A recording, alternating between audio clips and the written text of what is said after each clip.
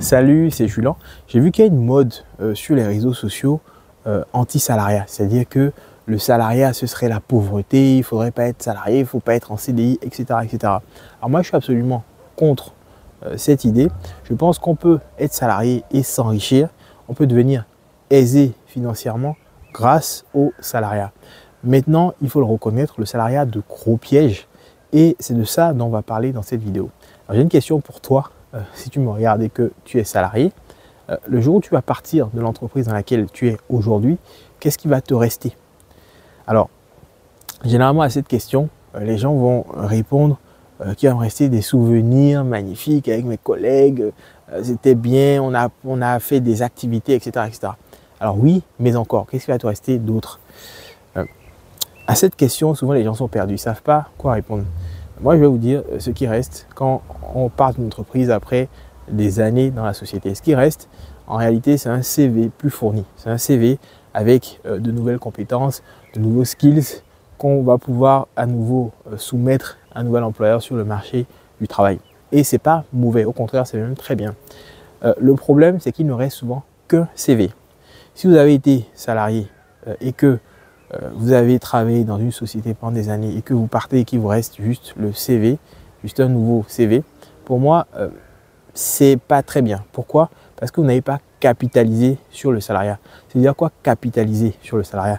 Capitaliser sur le salariat, c'est-à-dire que vous prenez votre CDI par exemple, vous allez voir une banque, ou même avec un CDI, c'est possible aussi, vous allez voir une banque et vous utilisez donc l'argent de la banque pour vous enrichir et acheter des actifs, donc des appartements qui tous les mois vont vous générer plusieurs centaines d'euros.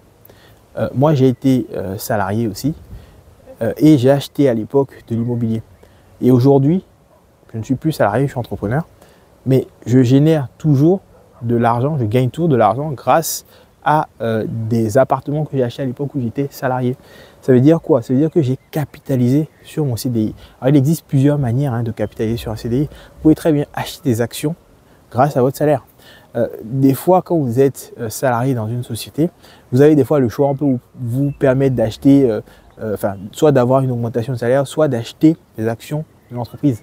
Alors, de manière générale, les gens vont prendre rapidement l'augmentation de salaire, qui est de 100, 200 euros, 300 euros par mois. Alors, c'est pas mal, mais des fois, c'est bien mieux de devenir actionnaire de l'entreprise. Parce que des fois, vous sortez d'une entreprise, si l'entreprise a une forte croissance, vous sortez de cette entreprise avec plusieurs centaines de milliers d'euros, voire même des millions d'euros. C'est déjà arrivé. Donc, il faut toujours avoir une pensée long terme et vous dire par quels moyens je peux capitaliser sur mon salariat actuel. C'est extrêmement important de comprendre ça. Donc ça, c'est le premier point. Le deuxième point, pour moi, c'est la sécurité. Les salariés ont une espèce de sentiment de sécurité que je ne comprends pas. Moi, aujourd'hui, je suis freelance. Et il m'arrivait des fois de discuter avec des collègues qui, eux, étaient salariés, salariés dans l'informatique, c'est-à-dire dans vraiment un domaine qui est très demandé.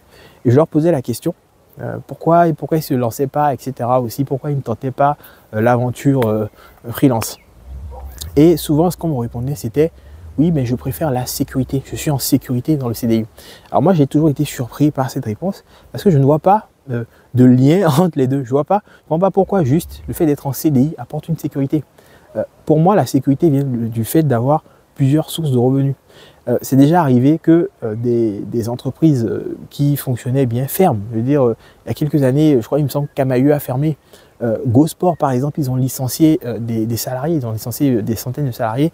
Il y a Casino aussi qui a licencié pas mal de salariés. Donc, je suis toujours surpris d'entendre cet argument-là. Oui, c'est la sécurité. Non, en fait, ça peut s'arrêter littéralement du jour au lendemain.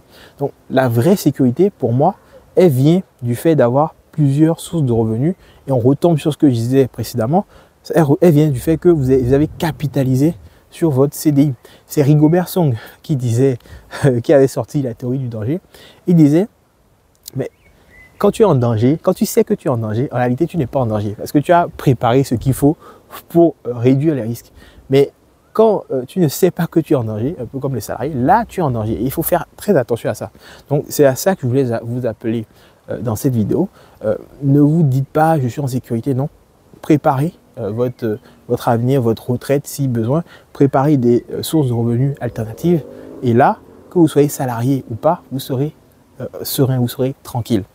Personnellement, j'ai investi en France et je génère aujourd'hui plusieurs milliers d'euros par mois grâce à l'immobilier. Si vous vous demandez dans quelle ville j'ai investi en France pour générer de tels montants, regardez en description. Vous avez un fichier gratuit. J'ai répertorié 100 villes en France dans lesquelles vous pouvez facilement investir des montants, des tickets comme 50, 60, 70 000, 100 000 et générer tous les mois plusieurs milliers d'euros. C'était Julien, on se retrouve très vite dans une prochaine vidéo.